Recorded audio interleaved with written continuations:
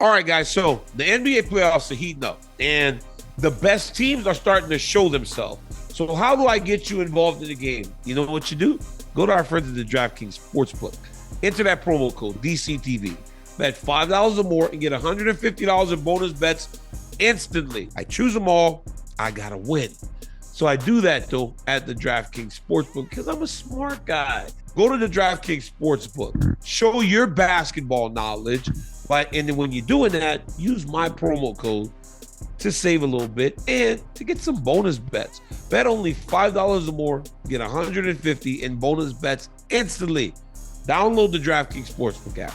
Sign up using my promo code DCTV. Bet 5, get $150 in bonus bets. And show your friends that you're the one. You're the brain when it comes to the NBA and the NBA playoffs. Guys, the games are good.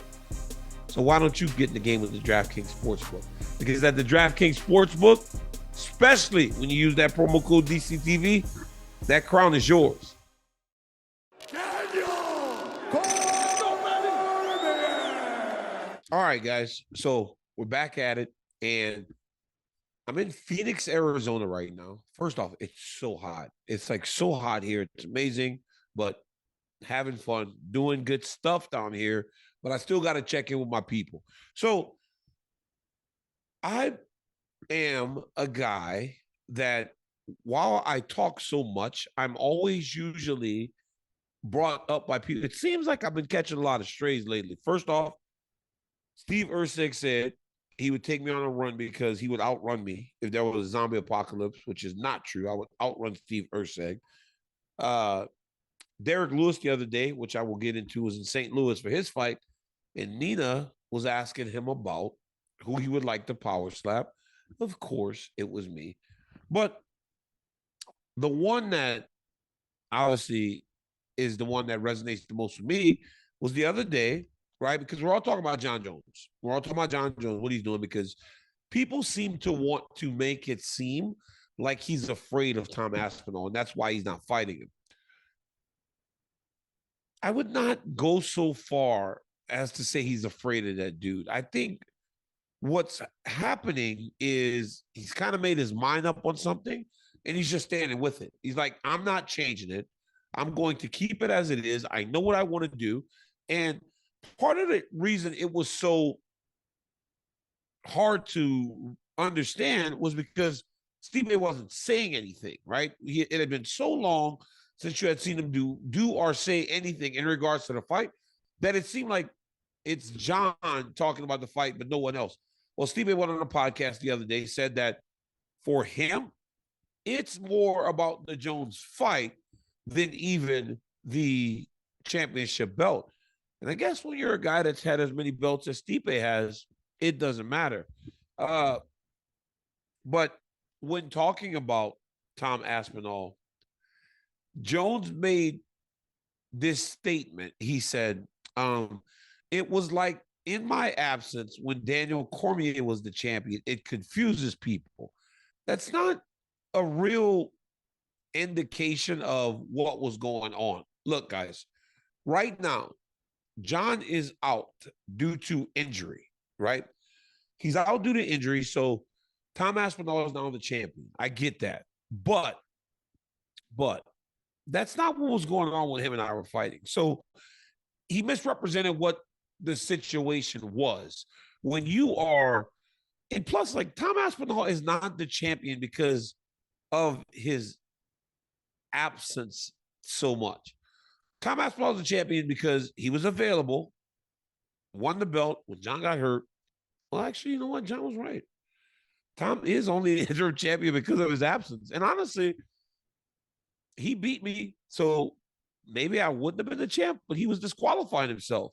So it's two different situations because right now he injured himself. With me, it was him getting caught doing things he's not supposed to and then getting stripped and taken out of the competition. So it's not the same. While it may seem the same, it's not the same, right? He was incapable of competing when I was the champion.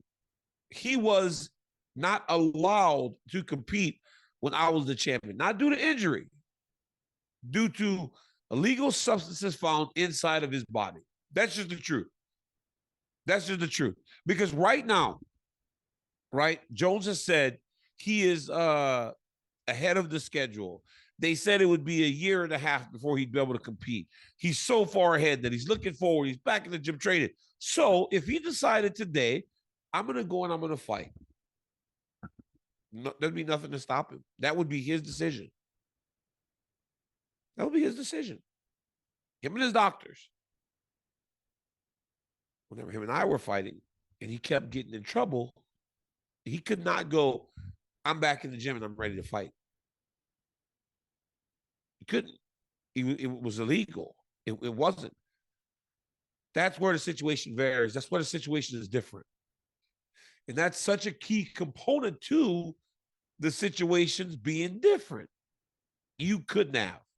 So it's time to stop lumping everything together. But sleight of hand is what Jon is very good at.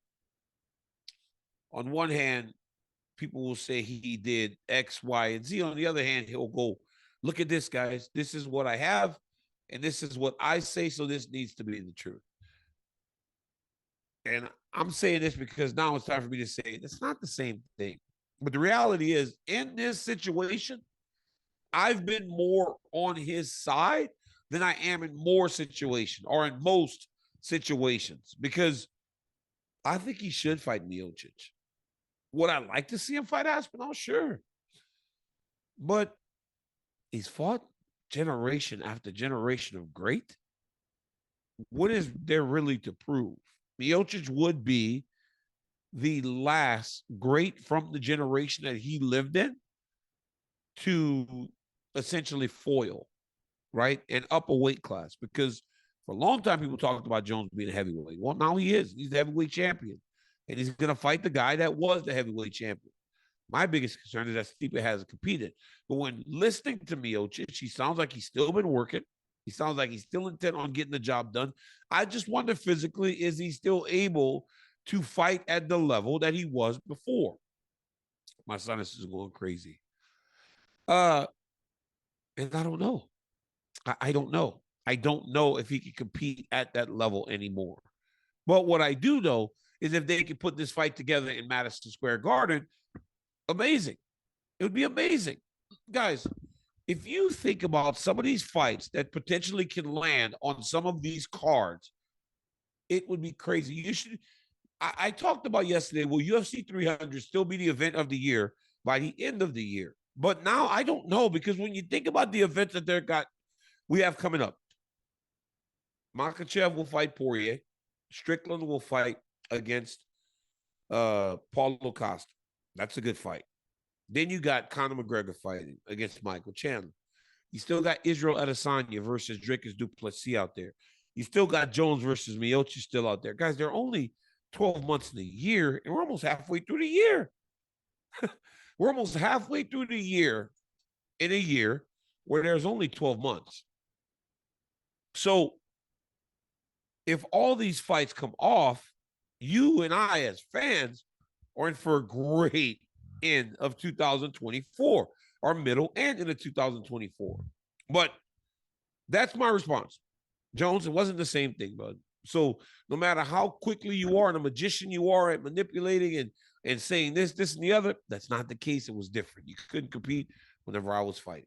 You couldn't. You couldn't make a decision that you were going to go and fight.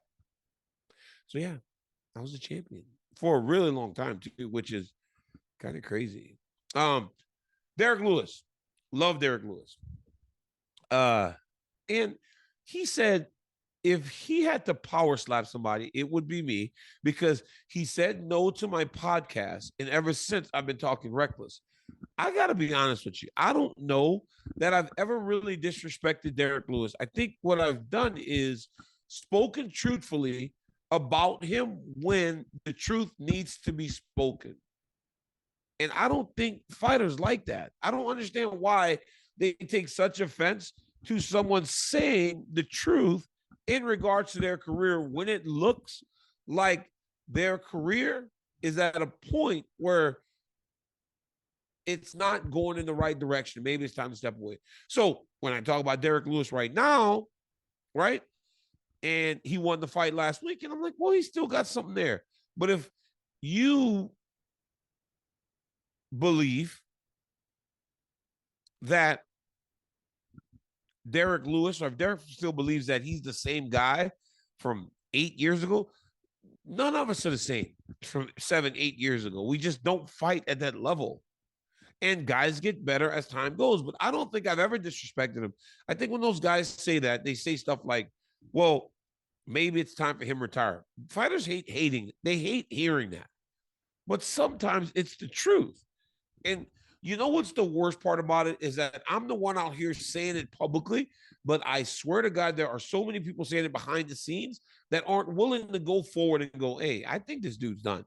I think this guy's fighting because his paycheck's so big. People say that all the time. And guess what? If that's the case, it doesn't matter. It does not matter if you're making that much money. Do it.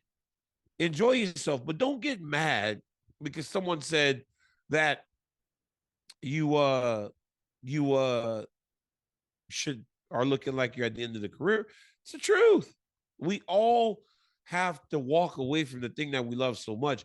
And Derrick said it because he said no to my podcast. He does it every single time. We talk every single time, and we make magic. Look, you guys don't remember this one? This was the Ronda Rousey one. Is she I don't know. I guess he asked me, did she ask about me? This was when Derrick fought in Houston or something back in the day. And I interviewed him as a main eventer on a pay-per-view. Because generally, guys, remember, we do the check-ins on the pay-per-views. We're not doing them all the time. There will be very rare that I do an interview when it's not a pay-per-view. I did it with Derrick Lewis when he was a headliner at a pay-per-view, and he did it. If I have not interviewed him lately, it's probably because I haven't seen him on a pay-per-view card or in those high late fights on pay-per-view cards. But look, this is the one right here. Ronda. Remember, it went viral. It was everywhere. So Derrick has been more than gracious with his time whenever the time is requested. Generally, I haven't had to request it. But to want to power slap me, Big D, come on, man. Every time we see each other, we still, I mean, unless there's an issue. But with me, like I told y'all time and time again, if any fighters have issues with me, I'm free to talk about it. But I really do enjoy Derrick Lewis. I think he's a great guy. Congratulations on the win. Make money as long as you can, bro. But don't be mad when people say what they feel is the truth. But there are a lot of people saying a lot of the same things. They're just not brave enough to say it out in front of the world. So it is what it is. Guys, the boy's going to stay on people's tongue, I guess, the tip of their tongues. It is what it is. I mean, hell, on the SBS, they kind of renamed the show Fat Guy, Bad Guy because Islam said it. But it is what it is. I love it. I love each and every one of you. I appreciate your support. And boy, the sport of mixed martial arts is hot.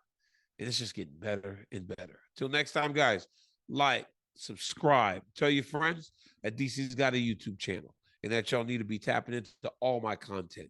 And we're going to be rocking and rolling now. And we're getting ready for UFC 301. I cannot wait for New Jersey. I know y'all ready for it too. Let's go.